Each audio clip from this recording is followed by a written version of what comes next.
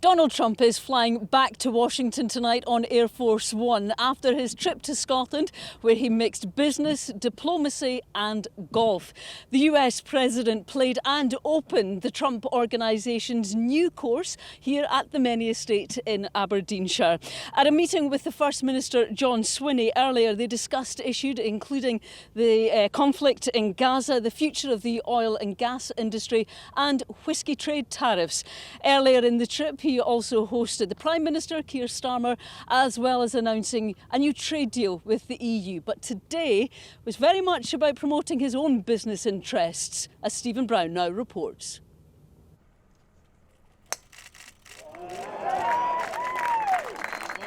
In truth, this was the real reason Donald Trump had come back to Scotland, mixing politics, pleasure and plenty of putting. It's not normal to see a president open a new golf course in Aberdeenshire, but then this isn't a normal president. It's going to be great. I look forward to playing it today. We'll play it very quickly and then I go back to DC and we put out fires all over the world. We did one yesterday. As you know, we stopped a war, but we've stopped about 5 wars. So that's much more important than playing golf. Flanked by his family, Trump has used this trip to indulge in some of his greatest passions: golf, business and self-publicity. This 5-day visit has brought plenty of stateside to Scotland. Well, this might have been a private visit, but there's been plenty of politics involved too. The US-EU trade deal and meetings with both the Prime Minister and First Minister. When Donald Trump first came to Menie, he met with opposition from some neighbours, something he's clearly never forgotten. We started with a beautiful piece of land, but we made it much more beautiful, and the area has given us, they've really welcomed us. If you remember at the beginning, it wasn't quite a welcome, but it wasn't bad. But with time, they've liked us more and more now. They love us and we love them. And there is some truth in this complex love affair. Many businesses and locals have welcomed the economic boost to the region. Yesterday there were protests in nearby Balmedie. Today none, and plenty of support. I think in terms of the golf and what he's bringing to the area, then yeah, I'm in support of that. I don't think he's welcome here at all. But with the extra police and stuff like that, it's just annoying. Don't stand for everything he stands for, but a lot of the stuff he says I think is quite right. Boost to the economy and the local business, like I feel positive about that.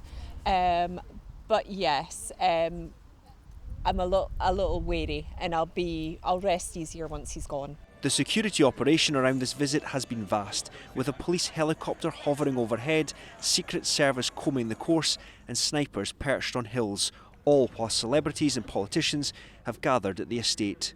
Officers were drafted in from around the UK, including Merseyside and the Met, to help protect the President and his large White House entourage. The challenges, like any big operation, have just been the scale, the complexity, but I absolutely believe that we have rose to the challenges that we've faced across the past few days. And as I said, the feedback that we've got from members of the public in terms of their interactions with police officers, I believe shows that we've delivered an exceptional operation. But there have been protests against this trip, both about the cost and the visitor. We want a country that is based on caring for each other, supporting each other, being able to thrive, being able to support our communities, and what he wants to do in his own country and the kind of message that he brings wherever he goes is the opposite of all of that. President Trump left Scotland this afternoon aboard Air Force One after 4.5 days back in Scotland. He'll undoubtedly see this as a success, both personally and politically. Well, Stephen joins us now. What have you made over the past few days, Stephen? Well, there's certainly been some blurred lines at times between what has been business, personal and politics, and perhaps never more so than today when, of course, President Trump teed off and opened his new course here on the Menie Estate that his organisation owns. It doesn't stop him, though, talking about politics, taking to his Truth Social this morning to talk about North Sea oil and gas, saying it was a treasure chest for the UK and arguing that the taxes were too high. I think he certainly knows the audience probably that he's talking to, given where his golf course is located, right next to the North Sea, the importance of oil and gas, but I'm sure as well he hopes that people from the oil and gas sector from around the world will come here and play his golf course.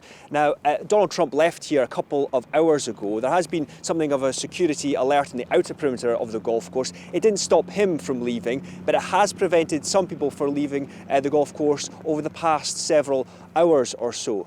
Now, Donald Trump is more of an infrequent visitor here to the northeast than when he opened his original golf course back in 2012. But like him or loathe him, there's still one thing that Donald Trump certainly knows how to do, and that is to get publicity.